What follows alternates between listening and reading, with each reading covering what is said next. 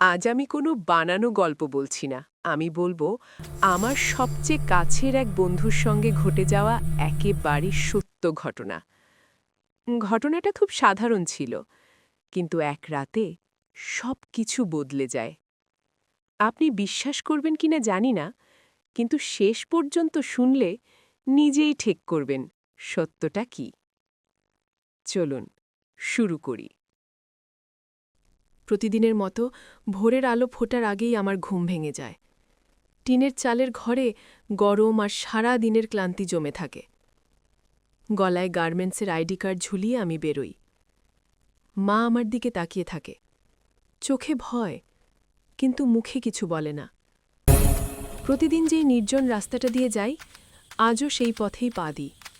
রাস্তার দুপাশে ঝোপঝাড়, বাতাসে শুকনো পাতার শব্দ।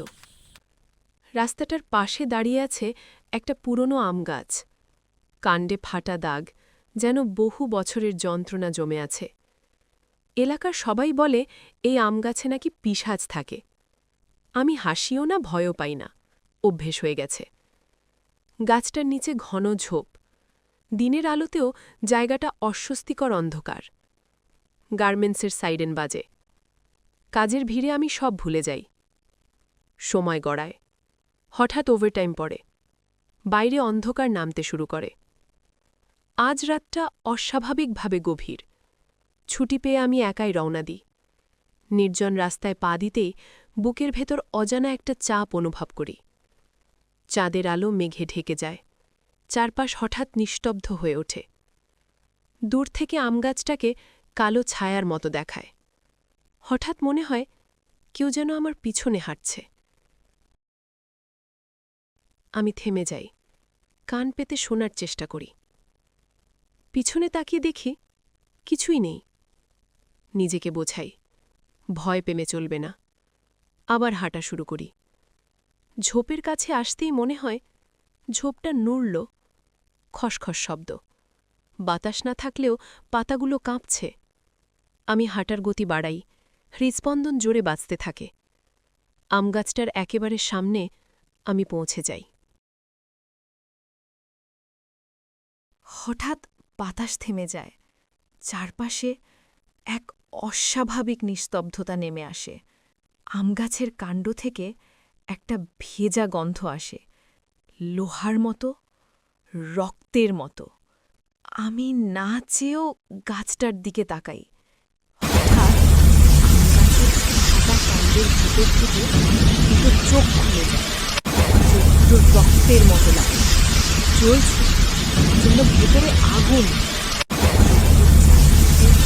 আলো ছায়া, একদম পলকহীন দৃষ্টি। চোখগুলো ধীরে ধীরে নড়ে, সোজা আমার দিকে তাকিয়ে থাকে। আমার শ্বাস আটকে আসে, চিৎকার করতে চাই, কিন্তু গলা দিয়ে কোনো শব্দ বের হয় না। ওই চোখের ভেতরে যেন অসংখ্য মুখ, চাপা চিৎকার। গাছের কাণ্ড বেয়ে লাল তরল গড়িয়ে পড়ে। রক্ত নাকি গাছের রস, আমি বুঝতে পারি না। হঠাৎ ঝোপ আবার নড়ে। এবার শুধু শব্দ না, ভারী পায়ের শব্দ। আমি দৌড়াতে চাই, কিন্তু আমার পা মাটিতে জমে যায়। লাল চোখগুলো আরও বড় হয়। ওদের আলো অন্ধকারের ভেতর ছড়িয়ে পড়ে। আমার কানে ফিসফিস শব্দ আসে।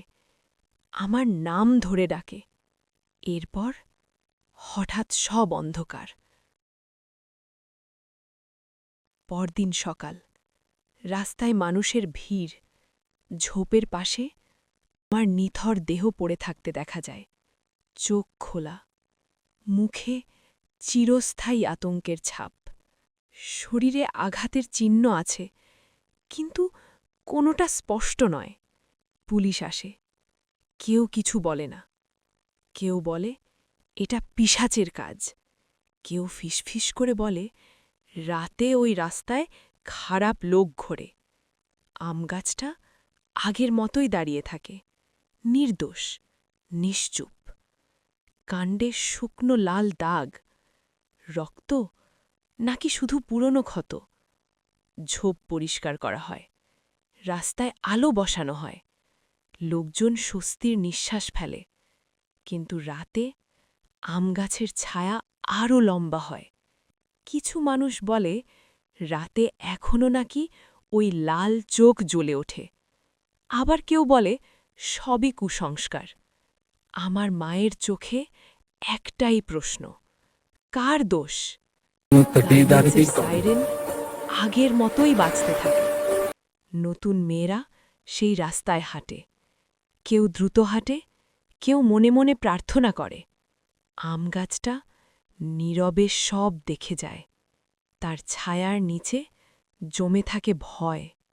পিশাচ কি সত্যিই ছিল, নাকি মানুষের লোভ, লালসা আর নীরবতাই আসল দানব? আমরা কোনটাকে সহজে বিশ্বাস করি, অলৌকিক ভয়কে নাকি সেই ভয়ঙ্কর সত্যকে, যেখানে শিকার হয় প্রতিদিনের সাধারণ মেয়েটাই?